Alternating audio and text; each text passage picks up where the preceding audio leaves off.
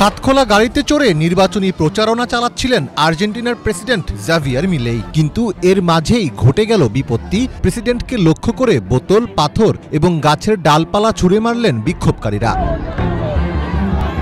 27 August রাজধানী Buenos আইরেসে নির্বাচনী প্রচারণা চালাতে যান মিলেই। এ সময় তার বোন ও প্রেসিডেন্টের চিফ অফ স্টাফ কারিনা মিলেই সঙ্গে ছিলেন। গাড়িবহর বুয়েনোস আইরেস প্রদেশের লোমাস দে জামোরার সড়ক দিয়ে যাচ্ছিল। এলাকাটি বিরোধীদের ঘাঁটি হিসাবে পরিচিত, আর সেখানেই নজিরবিহীন তোপের মুখে পড়েন তিনি।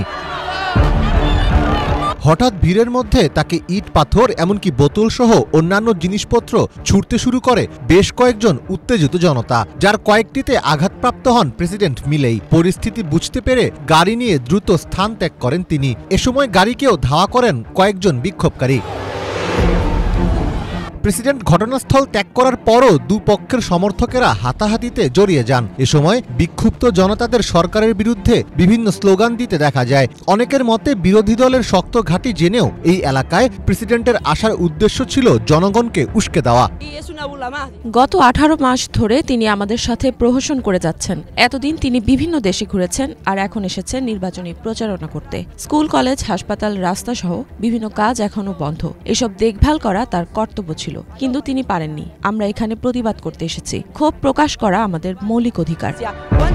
তবে বিরোধীদের এমন জনরোষে পড়েও বিব্রত হননি প্রেসিডেন্ট মিলেই। ঘটনার পরদিন এক অনুষ্ঠানে অংশ নিয়ে মিলেই বলেন, এতে আমার ভয় পাওয়ার কিছু নেই। আমি যখন চাকারিতা ক্লাবের হয়ে ফুটবল খেলতাম তখন তাদের প্রচারণায় গিয়েছি।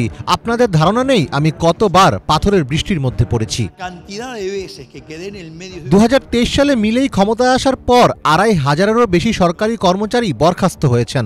বিরোধীদের দাবি কর্মসংস্থান হ্রাস এবং শিক্ষা ও স্বাস্থ্যসহ বিভিন্ন ক্ষেত্রে ভর্তুকি বাতিল করে অর্থনৈতিক চাপ বাড়িয়েছেন তিনি। পাশাপাশি নারী বিষয়ক অধিদপ্তর মুছে ফেলা এবং অন্যান্য সমাজকল্যাণমূলক প্রকল্পের বরাদ্দ কমিয়েছে মিলেইয়ের প্রশাসন।